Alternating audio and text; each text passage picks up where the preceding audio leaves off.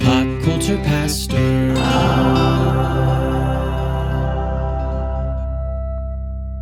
So, Cody, I got a little something for you. It's kind of like a little prize. Oh, nice. Yeah. I left it behind that poster of you actually being brave over there. That was, man, Helly didn't have to do him like that. Oh, yeah. That was so harsh. And then she said something even more crazy later, which I will not repeat because it was a little uncouth. She was a little saucy this episode. But it was funny. I was. laughed. Hello, what is happening? This is Pop Culture Pastor Watch-Alongs. My name's Dave. Cody's here. I am. And we are ready to recap Severance Season 2, Episode 6, Attila. The Hun. Yes, that's the one. So, Cody, is there anything you want to say before we just go? Or should we just go? I do have a What the Lumen moment. What the Lumen? Cody, what's your What the Lumen moment? The Lutheran Church has a stance on severed individuals? Dude, we've been doing this show, Pop Culture Pastor, the podcast, Watch-Alongs. We've been doing this for almost 3 years. Yes. And I don't think we've ever had a moment where we're like, oh my goodness, we're the experts here. We are. We finally get to speak on something. Like, oh, the church has a stance. Like, it doesn't align biblically at all. Although, I do think it has a parallel to real world things and things we argue about in hot button events. But we'll get there. It does. But we'll find out. Yeah. I do wonder if they're setting up the church to be like, not the bad guy, but kind of idiots. Again, because Hollywood does that sometimes. But maybe not. We'll find out. I think the innies would agree with them. Mm-hmm. Yeah. All right. We start off. This episode picks up right where the last one left off, where we have Mark's Audi explaining to Ragabi exactly what he saw at the end of last week's episode when he flashed into Innie Mark's part of his consciousness. Your Innie likes 2 scoops of ice cream of the same flavor. Well, who doesn't? Why is she rattling off a bunch of facts? Audi Mark is kind of distraught, which I am distraught by the facts they rattle off as well. What are they doing to her? He asks. All I know, says Ragabi, is she's essential, which I don't think we've heard that part. That was interesting. Why do we think she's essential? Well, if what Mark S. is working on is essential and a key element to Mark's being was his wife, then I think having that being a huge motivator, even if he's not consciously aware of it, his Innie not being consciously aware of it, could definitely help. Well, if they're bent on him just continuing his work, then this was a terrible episode for Lumon. Potentially. There was not much work going on, but this scene was amazing. He says, she didn't even recognize me. The acting in this scene, Cody, was superb. Like, I would expect Adam Scott's character to be taken aback emotionally by all this, but Karen Aldridge as Saul Ragabi in this scene, man, her eyes were all teary, and her showing empathy gives her character this kind of unsaid reasoning and motivation for her crusade against Lumon, why she's a part of this. She was giving Liv Tyler a run for her money. the wet eyes yes. of Liv Tyler, yeah. But this scene was great. Mark brings up something interesting, though, as they sit for a second in silence, and he says bargaining, which is one of the stages of grief. And he starts talking about that, right? He's like, it's dumb, but everybody does it. Mm-hmm. And then he says, but I might actually get her back. And Cody, my question is this foreshadowing? And if so, for what? Do we think she's still actually dead and he's bargaining right now? Like, in his mind, he's back to bargaining because of all this? Or do we actually think he's got a shot to get her back? Well, right now it's being presented that she's still alive, and so he's hopeful that she'll get back. But I also, if we go with this being an illusion for hell, there's a lot of people that and within pop culture, especially, that talk about like, I would sell my soul to the devil himself for this. Yeah. And That's that bargaining. yes. And within like grief, the grief cycle, not everyone starts at the same place. Not everyone goes through all the quote unquote stages. Bargaining is just one of them. And it's interesting that with how final her death was and abrupt, that bargaining is where he kind of got stuck at. Well, and that bargaining has already been alluded to in the Greek mythology stuff that they've kind of hinted at earlier by him calling her Persephone. That whole story is bargaining about where the mom of Persephone is the goddess of the harvest, and she's lost her daughter to Hades, who's the king of the underworld, and it's all metaphorical, of course. But when she works something out, she bargains for this like half and half, which explained, to ancient people the seasons. But yeah. So it was interesting.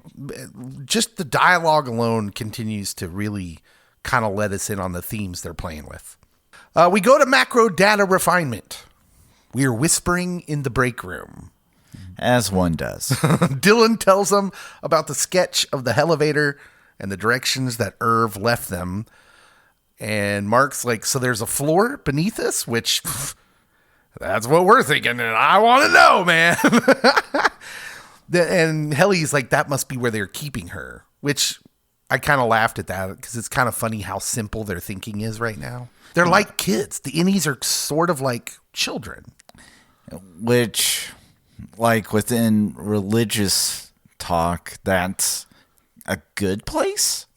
Because to enter the kingdom of heaven, you must enter like a child.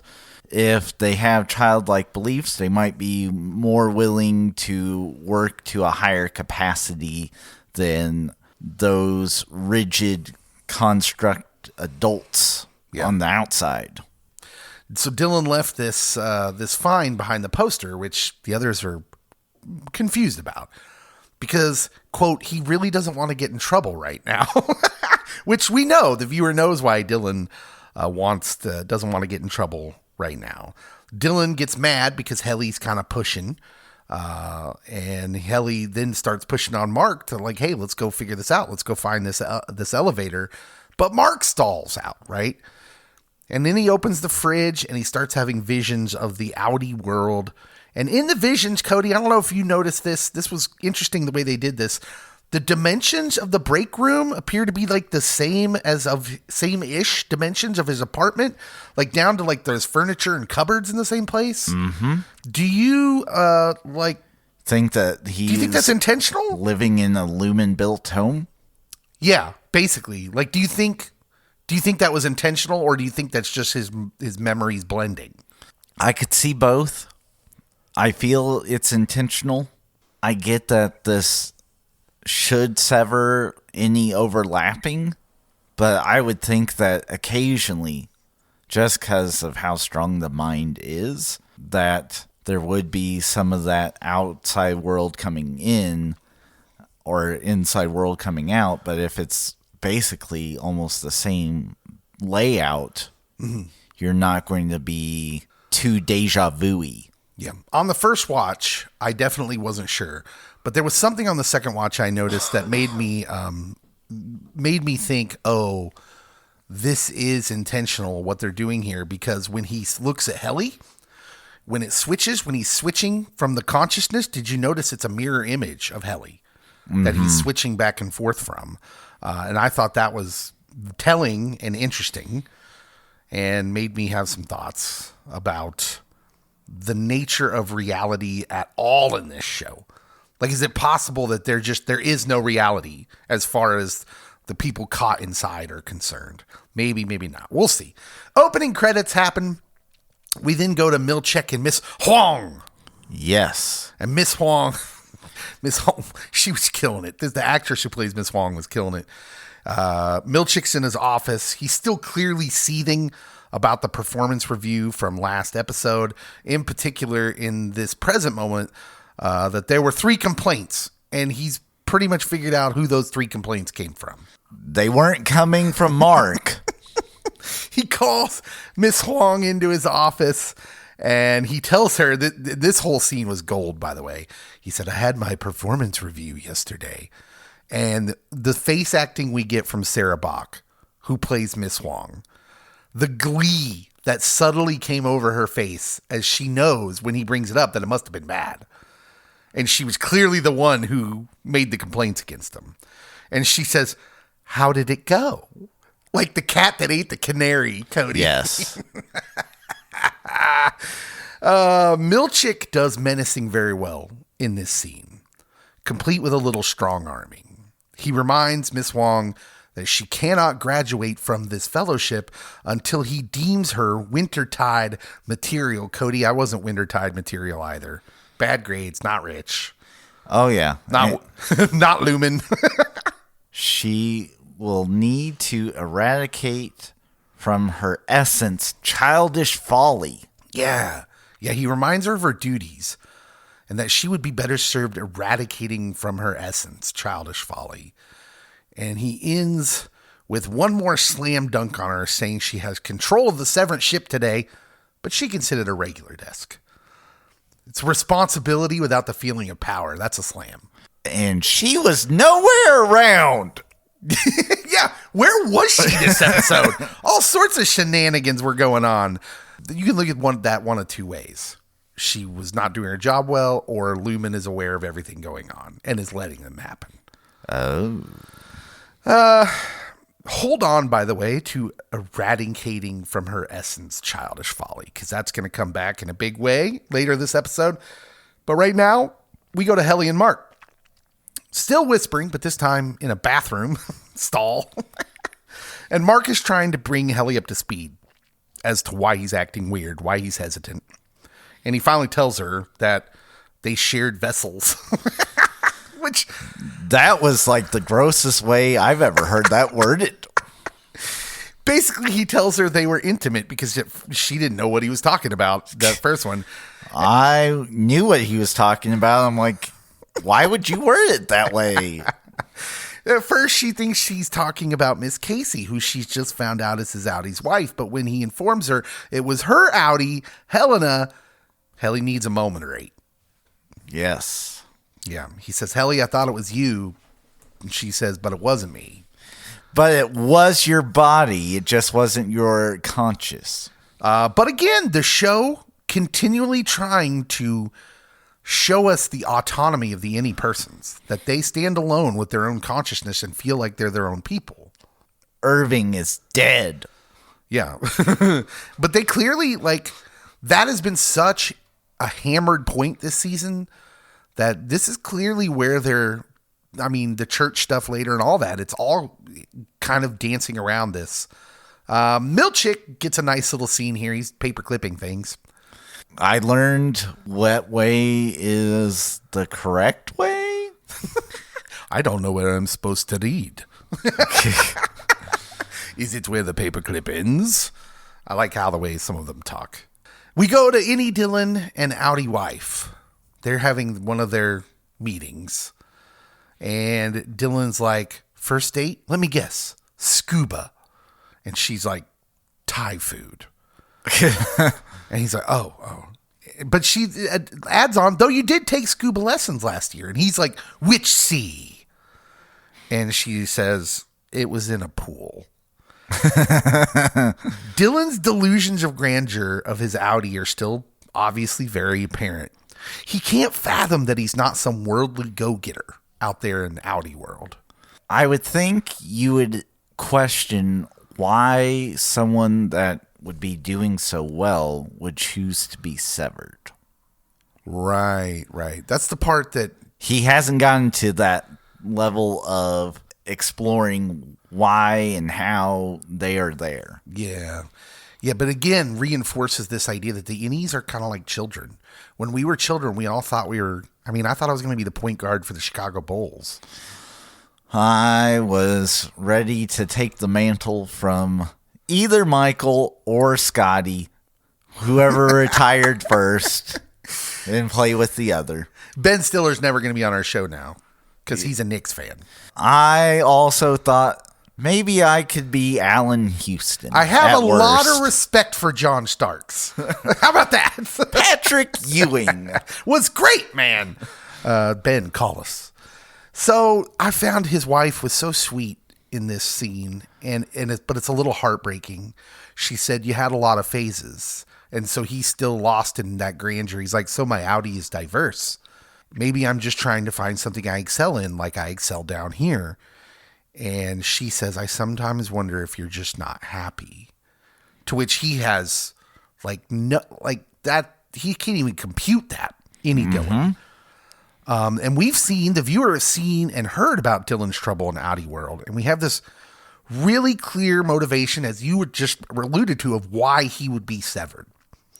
When you are sad and depressed, guess what? Work is really hard. And if you can manage to still show up, your quality of work is probably going to suffer. Yep. So being severed offered Audi Dylan this great kind of job security, even though he's quite depressed. As long as he gets out of bed. Yeah. But the problem here is Audi Dylan's wife is also pretty sad because of her spouse is sad, and is now finding any Dylan to be a quite appealing version of her husband. And is probably more sad because there's something wrong outside that she can't fix. And she knows that he is much happier at work than he is at home with his family. Yeah, that would be hard. This is why I said it was heartbreaking. Because it's clear she doesn't quite understand. She can't see deep enough into what's happening here. That this Dylan, any Dylan, is someone unbroken by whatever out in the world that has broken him. And so it's just a heartbreaking scene. He continues, he says, I want to hear about my offspring and stare at your face, which I actually say this to my wife all the time. Freaks her out, Cody. I want to hear about my offspring. And then he says, I wish we could really be together all the time. To which she replies, I mean, we are, aren't we? Which, again, kind of, I think, speaks to her. She doesn't really have a depth of understanding of what's happening. But this is why when we talk about the church's stance later, maybe they're on to something. Because his Dylan's innie says, you and him are, but I'm not. And again, we're getting hit with this innie autonomy. That they are their own people, their own identity. But we get a little more humor to alleviate it. Is it okay if we try the hug again? I really like the hugging. Don't we all, Dylan? And as they hug, we kind of get Helly in the hallway stewing about Mark's admission. Mark trying to work, but thinking about him kissing Helly and presumably how he was tricked by Helena. This is the part of the episode where they start kind of blurring into different scenes. They kind of start mixing them. Yes. And in the midst of all this, Dylan's wife kisses her husband's innie, which is officially the weirdest thing I've ever said on this pod. And oh my gosh, this is the greatest show ever. I was like, Schmidt's ex-girlfriend. What a deep pull. That is a deep cut, sir. That is how I knew her, was she was on New Girl for a season. Yeah. But she was so good in this scene, though. She was. It was interesting to me what Helly did while she's out in the hallway pacing, that she takes off her shoes and does what I would call a grounding coping skill. Oh, okay. That one of she the kind ways of curls up in the hallway. Yeah, and then she plants her feet into the ground, so it's kind of a way to reset. Because if you're angry and hyperfixated on how your kind of boyfriend cheated on you with kind of you, but not you. Also, the weirdest thing ever said on this pod. Yeah, you might need to move past that. Now, let me ask you a question. Would children have an innate sense of that better than adults? Is that something adults would forget with their education? Or no? Am I trying to read too much into that? I think that curling up in the fetal position thing definitely is a thing kids would do. The taking off of their shoes to kind of ground. I think unintentionally kids might do it, although typically it would be like, I think once you're in adolescent age, that kind of thought just goes out of your head. It's like, I can rationalize through this. Yeah. And usually you can't. Our rational takes over at some point, over our instinctual, whatever we had that was instinctual. Helly, after getting enough time to come to grips with the situation, now seems like she's on a mission to go find Mark. It's pretty clear what she's angling for. She's not exactly being subtle. Oh, she's being a little saucy. And it is funny how Mark responds. He's like, do you want me to describe it to you? I literally fell out laughing at that part. I'm like, Mark, this is the worst idea you've had. They go off to form Helly's own experience. And in the middle of all this, we get a shot of macro data refinement as Cody coughs up a lung. Yes. In the middle of this, we get a shot of macro data refinement completely empty. No one's working. Where is Miss Huang? And then, Cody, Lumon is pulling all the strings on this, right? Like, I just can't. They had to have known Dylan's wife was going to find his innie attractive because he's happy, right? Mm-hmm. And we like seeing our loved ones happy. Like, I feel like this is all being orchestrated. I think we're being led to believe that maybe the innies and the outies, the people working against Lumon are making steps. But I have a bad feeling that this is all orchestrated. Potentially. I'm not ruling it out.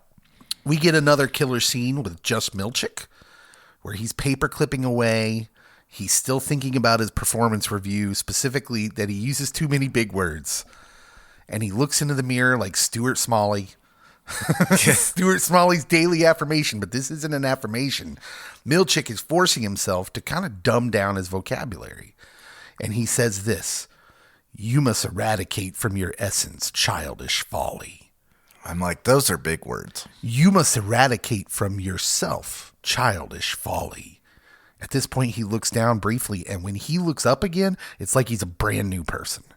You must abandon childish things. You must grow up. You must grow up. Grow up. Grow up. Grow up. And then he says grow 4 times. And as he says it, each time the camera's getting closer and closer to his face until Milchick turns off the light.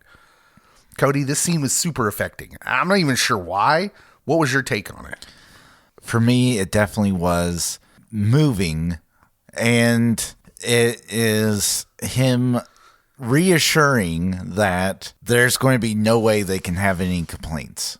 Yeah. None whatsoever. We're going to put paper clips on till the fingers are bleeding. I'm going to use the most simplistic vocabulary possible. And we are going to help Mark get to this crucial point in Lumon history. Yeah. His emotions seem so turbulent this episode. And I want to use my confirmation bias and say it confirms my conspiracy that he's going to end up leading the revolution of MDR against Lumon. But that would be getting a little ahead of ourselves. He may just be upset and just want to do good at his job. He might double down and be the ultimate Lumon employee. Yeah. He was kind of scary in this scene. And again, man, the acting in this show, oh my goodness. Trammell Tillman is just amazing, which, by the way, I don't know if you know this is completely off subject. Trammell Tillman was talking to Marvel about taking the Kang role for whatever parts Kang has left in their story for Jonathan Majors. I'm here for it. I am too.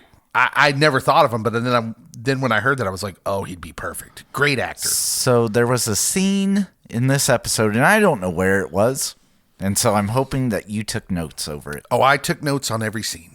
I'm pretty sure it was... Who does it involve? I'm pretty sure it was the security guard.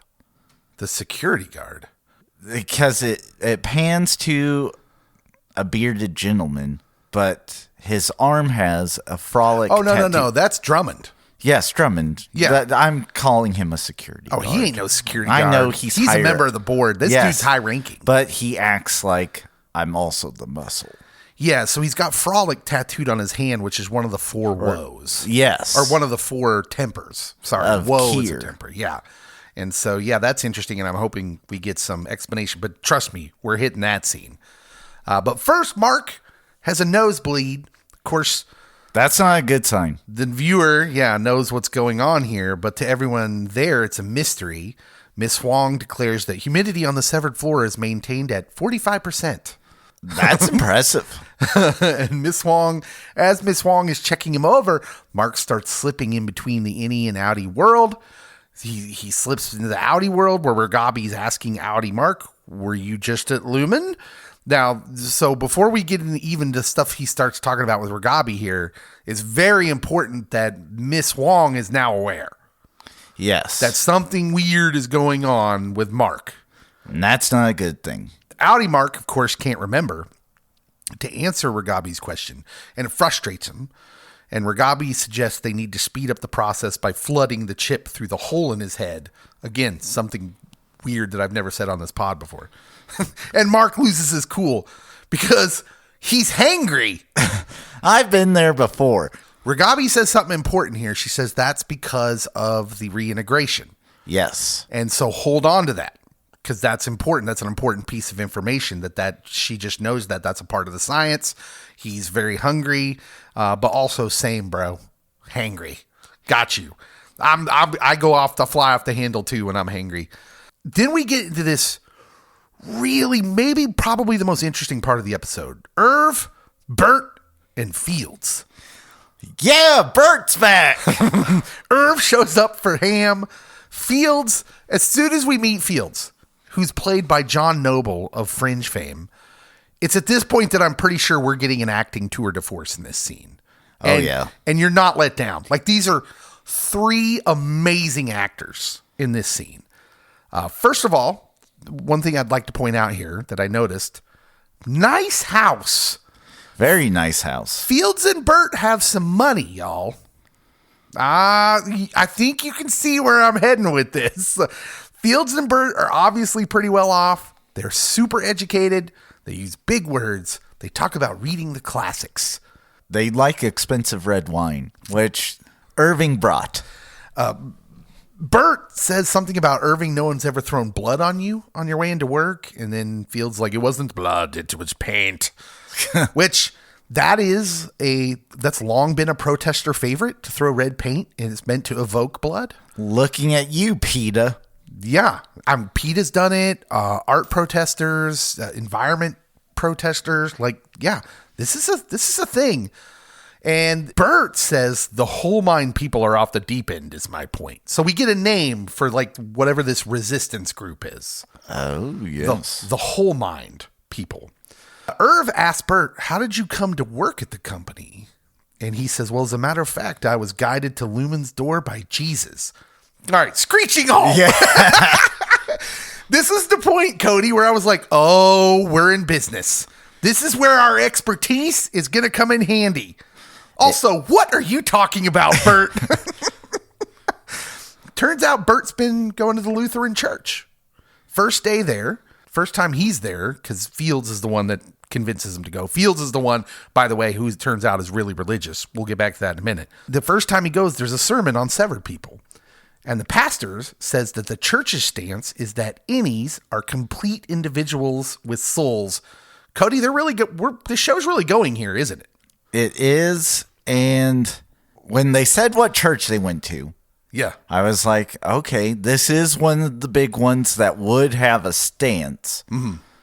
But as the conversation around faith and being severed continues, some of the theological points don't line up with necessarily where I believe the Lutheran Church and their many districts or sects line up. Yeah. Well, not only that, but you're going to see real quickly that Bert and Fields' motivation, because at first you're like, oh, he went there to go save innies, to bring them into the fold. I never thought that at all. Me neither. I was just testing you. No, that's not what they were doing. Cody, I love that their whole plan was, well, Bert was a scoundrel. There was no way he was going to heaven, so maybe if he gets severed, his innie will. What did Bert Goodman, I want you to hear his full name, Bert Goodman, do that was so much of a scoundrelous move that he could not get to heaven. Well, something's going on. Something's going on because Audi Bert looks way too comfortable for all this. During the dinner, Fields remarks that something happened while they were having drinks with a Lumon coworker 20 years ago. To which Irv says, didn't the Severance department start 12 years ago? Immediately, Bert's like, well, maybe that's enough of that. And Fields looks kind of mad. He looks angry. Cody, is Bert involved in all this? Is he with Lumon? Like more than just a severed person? Maybe was he posing as a severed person? So, Kearspiracy? Kearspiracy! Is Bert involved? Is Bert like pulling a Helena Egan here? I wonder if Bert helped establish the severed floor. That's not what you. So there's a deeper Kearspiracy if you want to pull at it. If you want to pull at that string, I'll let you pull at it. What if Bert is the guy who came up with the technology for the severed stuff? Like helped. Yes. Helena Egan makes a reference to that it was her father, and we've seen her father, but not much. Mm-hmm. But what if Bert is like the head scientist guy? Which would make sense. Yeah. If you're looking for more proof that Bert is dirty, that he is involved in this, Drummond just happens to show up at Irv's while he's at dinner. Why would Drummond know that Irv wasn't going to be home? Because Bert told him. He finds that Audi Irv's been doing a lot of research on severed individuals. He's got a clear roadmap. Oh, first of all, we should mention Drummond has a ring full of keys and has a key to Irv's apartment. You brought up how Bert and Fields have a really nice place. Every severed employee we have seen has a basic dump. Your basic apartment. And I wonder if it's Lumon housing and that they have access to it at all times. Yeah. Yeah, it's interesting. It really brings questions up of like, is reality even a thing in this show? Have we even seen reality? What if Audi and Innies are all in this fake world? That they're now severed multi-levels. Yeah. Which would be bananas. It's pretty clear as he's digging through Irv's chest of things, papers. He's got a Kier roadmap and basically a list of severed employees. So it's pretty clear that Irv's working with someone to expose Lumon. Maybe the whole mine people. Maybe, who knows at this point. Maybe his dad. We move to Mark eating all of the Chinese food. I mean, he's just killing a buffet. He ate the amount that I imagine an offensive line of professional NFL players would eat. It's super hilarious that like he must have ate so much that the waitress gave him 3 fortune cookies. Yes. She was like, okay, judging by the ratio of the food he ate, he's going to want 3 of these. Nobody wants 3 fortune cookies. Those things don't taste good. But guess who shows up? Just happens to show up. Predictable for me. Helena Egan. One, she notices how much he's eating. That's a bad sign, I think. I think they're aware of the science. They understand what happened to the old guy, Petey. I think they know. They know, don't they, Cody? Maybe, but I think it is going to happen more and more frequently that Helena and Mark meet out and about. Well, it's interesting because something really interesting happens as she sits down at the table with them. Because maybe she's supposed to be there in all business, but they start engaging in some light banter. Mark makes a mediocre sever joke. Cody, are they flirting? I told you like a couple episodes back that I thought that Helena and Mark will end up together on the outside and that this relationship will be a PR stunt. Okay, but that's going to be wrong because this scene pretty much ends that. It doesn't, because I think that she's pregnant. Oh, okay. That's my conspiracy. He's going there. Well, that based off what Helena and Mark did and what Helly and Mark did, Helena's trying to get pregnant and make it so they have to be together. Oh my and gosh. it also might go into a Kier prophecy. This is getting into like medieval European royalty, monarchy stuff. Potentially. But if this is a spiritual movement, then there might be some prophecy stuff that's being fulfilled if she can have a baby with... Oh, so we're going back full cult again. This is a cult. And with them to go back to Fields and Bert going to the Lutheran church, I always want to go back to Fields and Bert. they bring up that the Lutheran church has a stance on it. And I wonder if in this world, if the Lutheran church is kind of doing the Scientology thing. That like we're going to be invested in business, we're going to be invested in religion, and we're going to be doing all these things. In this conversation, this flirting, this weirdness with Mark and Helena, Audi Mark has a moment where he seems to recognize the strangeness of it. Like he stands up, they get close, and he's like, you can tell he's like struggling with it. It's almost like he feels the familiarity with her that he knows he shouldn't have. I took that one of two ways. Either like the converging of his memories is like bringing back some of those things, or he still really hasn't moved on from his deceased wife who might still be alive. Well, Audi Mark, I would say that's, probably true. And so running into someone that it's definitely flirtatious, and they even make a joke about going home to dad and her being like, well, you'd be the first. They're doing definitely the things that people that are attracted do, and it almost looked like he was ready to go in for a kiss, and it almost looked like she was willing for that to happen, but he's like, nope, not today. Well, but there's something that happens there. Because she's pretending to be caring, she's doing all this stuff, and then she says he's been through so much, with losing his wife and all. And then he says the wrong name. Do you think that was intentional or accidental? I think it was intentional that she said the wrong name. Yeah. Kind of makes sense. That she vaguely knows she's trying to portray that she vaguely knows it being the head of a company, but is not infatuated with it. Right. Him correcting her and her apologizing makes it seem like, oh, it was just an accident. Yeah, if it is intentional, I'm not sure she wants the reaction she gets, which he immediately excuses himself. This definitely seems to be the moment when Mark realizes he's maybe fighting the good fight and that Lumon is bad news, because he rushes home to his basement, apologizes to Ragabi, and says, let's do it. What follows grossed me out, Cody.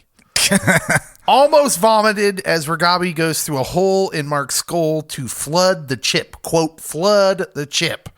I was just like, oh, what are we, like, really going to show this? I wasn't down with watching the surgery channel, man. It didn't bother me, but I also watch videos occasionally of surgical things and or people breaking bones when they shouldn't be breaking bones. He says she gets done. He says, how long will this take? She says it's going to be fast. He says, how fast? And then boom, starts. And I assume Mark is going Voltron. You can't move your head that fast. He is forming together with any Mark. All the memories are flooding in. And then, Devin shows up and kind of sends things into a spiral quickly. Because she's like, you can't be moving, bro. And he's like, I gotta go. She knows I'm here. While they talk, Mark passes out, starts seizing on the floor. Devin's obviously freaking out as Ragabi rushes up finally from the basement and is like, don't move him. To which her response is, who are you? Quite literally, I'm like, if he wasn't supposed to move his head that fast when he first starts having this thing happen, he probably shouldn't hit his head on the hard floor. Yeah. It's we don't know where we're going there. Although the end of the episode, that's not the end of the episode. The end of the episode is Bert saying goodbye to Irv. They're making some possibly clandestine plans to have dinner next time by themselves without Fields. And Bert again with a very strange look as Irv walks away. Bert covers his tracks with the whole severed floor thing. Yeah. By saying, oh, Fields, his memory slipping, and also when he has too much wine, gets a little lost in sauce. We haven't really talked about Irving's motivation in all this, Audi Irv, but I think he's playing a little bit of a part here too. Are we going to talk about the awkwardness of Fields, though? I mean, we can.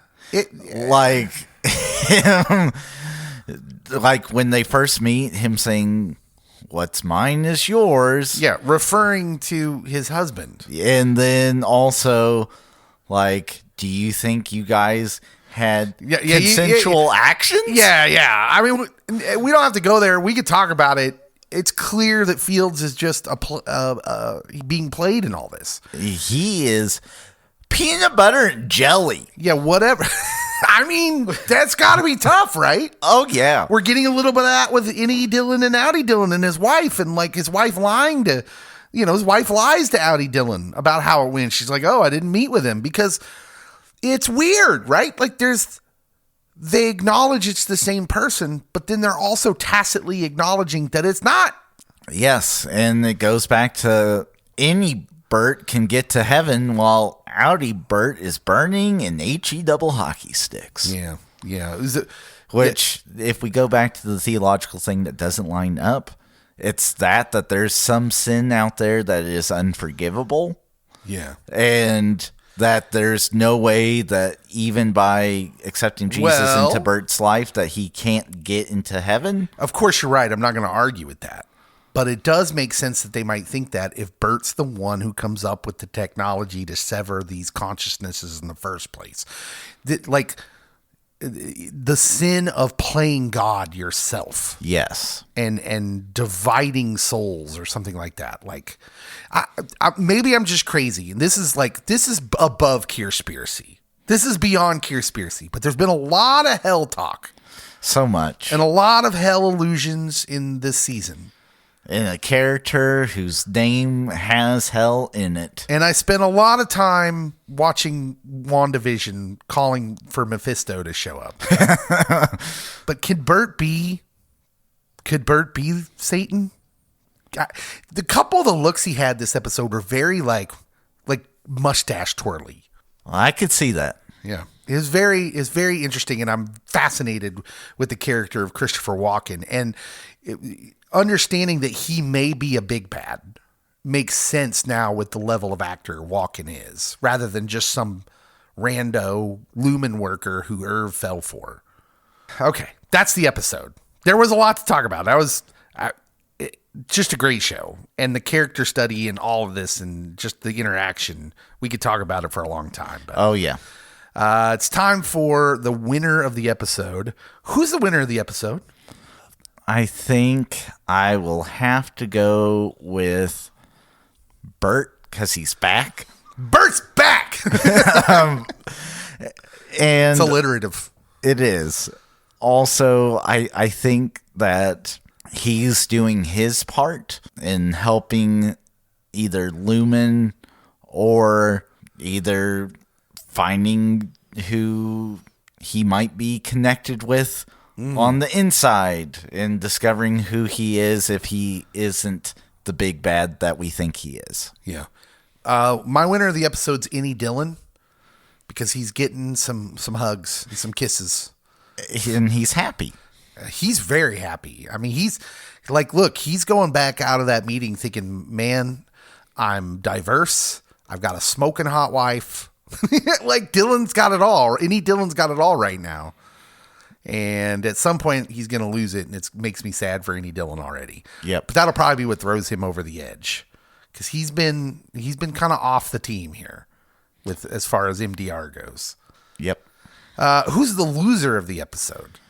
I feel like there's only one correct answer for this. Schmidt's ex-girlfriend. Oh, okay. That wasn't my answer. Well, Schmidt's ex-girlfriend.